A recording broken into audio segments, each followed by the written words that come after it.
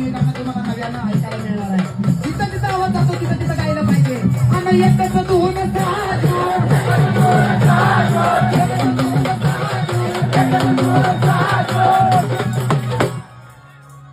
एकच धुवून साजून आणि कसं फेडू कसं फेडू कसं फेडू राजा राजा करू.